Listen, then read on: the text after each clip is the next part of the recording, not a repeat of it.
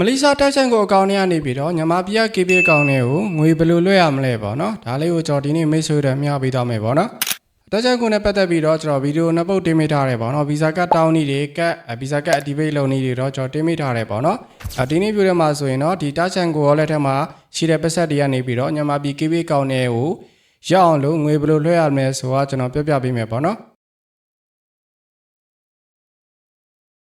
အဲ့တော့တာချန်ကိုရီးယားနေငွေလဲမယ်ဆိုရင်တော့ merchant trade လို့မလွယ်ဘူးပေါ့နော်။ဘာလို့လဲဆိုတော့တာချန်ကိုရီးယားနေပြီးတော့မြန်မာပြည်ကိုငွေလဲမယ်ဆိုရင်မိတ်ဆွေတို့မှာမလေးရှားဘဏ်အကောင့်ရှိရမယ်ပေါ့နော်။ဘဏ်အကောင့်ကလည်းမိတ်ဆွေတို့နာမည်နဲ့ဖွင့်ထားတဲ့ဘဏ်အကောင့်မှာအဆင်ပြေမှာပေါ့နော်။ဘဏ်အကောင့်မရှိဘူးဆိုရင်ငွေလဲလို့အဆင်မပြေပါဘူး။ဒါပေမဲ့သူကမိတ်ဆွေတို့မှာဘဏ်အကောင့်မရှိခဲ့ဘူးဆိုရင်မိတ်ဆွေတို့ခုလက်ရှိလုံးနေတဲ့လုပ်ငန်း company နာမည်ရဲ့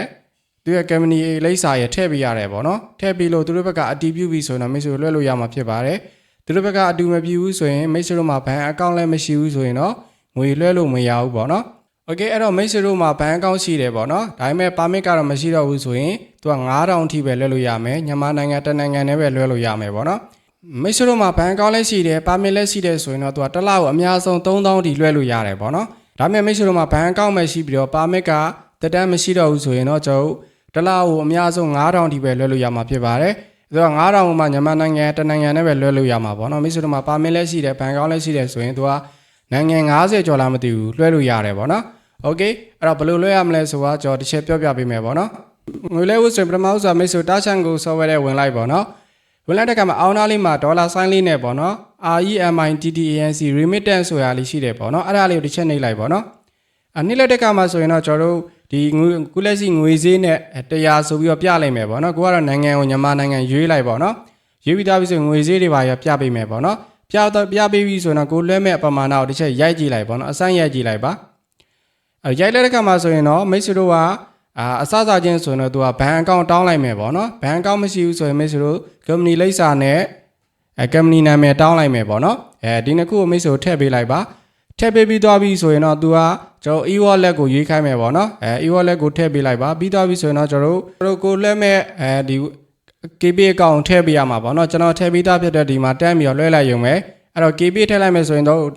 ကျွန်တော် KB အကောင့်ဖွင့်ထားတဲ့နာမည်ရယ်ဖုန်းနံပါတ်ရယ်ပေါ့နော်သူနဲ့ဘယ်လိုတော်လဲဆိုတာဒါလေးတွေရွေးပေးလိုက်ရင်ရပြီပေါ့နော်ပြီးသွားပြီဆိုရင်တော့ကျွန်တော်ဘာမှမခဲဘူးပေါ့နော်ပြီးသွားပြီဆိုတော့ဒီနေရာလေးရောက်သွားမှာပေါ့နော်ကိုကဘာအတွက်လွှဲမှာလဲပေါ့နော်ကျွန်တော် save အတွက်ပဲလွှဲတယ်ပေါ့နော် save ကိုပဲရွေးတယ်ပေါ့နော်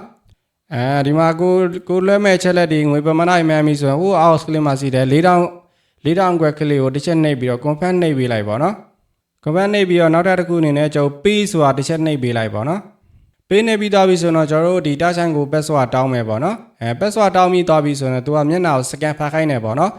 ကိုယ့်ရဲ့မျက်နှာလေး scan ဖတ်ပြီးဆိုတာနဲ့ကျွန်တော်တို့လွှဲတာအောင်မြင်သွားပြီပေါ့နော်သူက KB တဲ့ဆိုရင်ဘာလို့မှမကြပါဘူးပေါ့နော်merchant trade တောင်မြန်နေရပေါ့နော် touch and go ကတန်းပြီးတော့ရောက်တယ်ပေါ့နော်ခဏလောက်စောင့်လိုက်တာနဲ့ကျွန်တော်ကိုယ့်ရဲ့ KB အကောင့်နဲ့တန်းပြီးတော့ရောက်ပါတယ်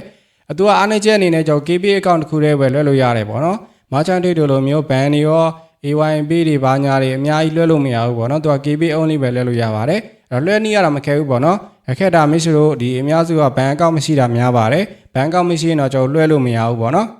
โอเคအဲ့တော့ဒါလေးပြပြပြီးဖြစ်ပါတယ်အခုလိုမျိုးဗီဒီယိုကြည့်ချင်တယ်ဆိုတော့မိတ်ဆွေကျွန်တော်ရဲ့ channel လေးကို subscribe လုပ်ထားလိုက်ပေါ့နော်အဲ့မိတ်ဆွေသိချင်တာရှိရင်လည်းကျွန်တော်ရဲ့ comment မှာမေးသွားလို့ရတယ်ပေါ့နော်ကျွန်တော်ဖြေပေးပါမယ်အားလုံးကျေးဇူးတင်ပါတယ်ခင်ဗျ